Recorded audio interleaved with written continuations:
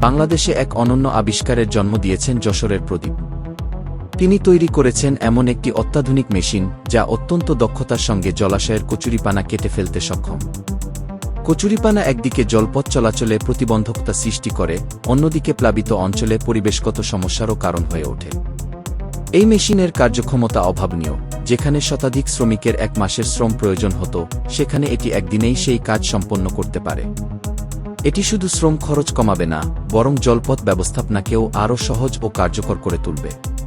প্রদীপ, যিনি একজন দক্ষ কর্মশালা প্রকৌশলী, তার এই উদ্ভাবনের নির্মাণ প্রক্রিয়া সম্পর্কে জানান। তিনি এর নকশা, কার্যকারিতা এবং ব্যয় সাশ্রয়ী দিকগুলো তুলে ধরেন। ডিজেল চালিত এই মেশিন তুলনামূলকভাবে কম জ্বালানি খরচে অধিক কার্যকারিতা নিশ্চিত করতে সক্ষম।